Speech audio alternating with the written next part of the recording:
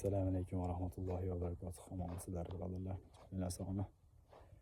Bugun 22 mart 2025-yil Ramazon oyining 22-kuni. Sizlarga xayrli va barakatli bo'lsin.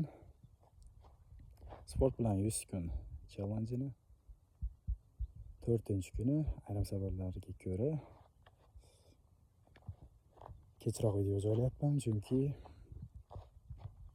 sayt ochib qo'ygandi. Telefonimni zaryad qilmadim. Endi yoqib video joylayapman. Kamtarlik haqida ozgina aytib o'tmoqchi edim. Hasan Basri rahmatullohi alayh kunlarda birida Dajla qirg'oqlarida deyishadi. Dajla qirg'oqlarida sohilida yurarkan, uzoqdan bir yigit bilan qizni o'tirganini ko'radi.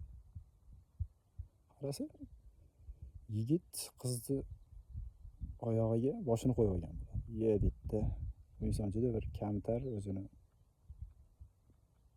boshqalardan pastroq oladigan inson bo'ladi. Hatto deydi, ko'chada ketayotgan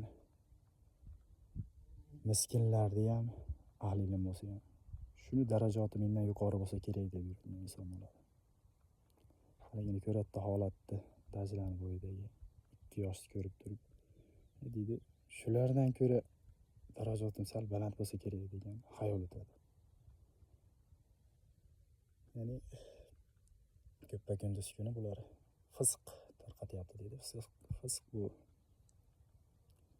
yashirin bo'lmagan, ya'ni jamoat joyida qandaydir bir gunoh ma'siyatni amalga oshirish fisq deyilardi. Adashmasam katta ehtimol bilan shunday. Keyin yaqinlashadi, yoniga borib so'raydi.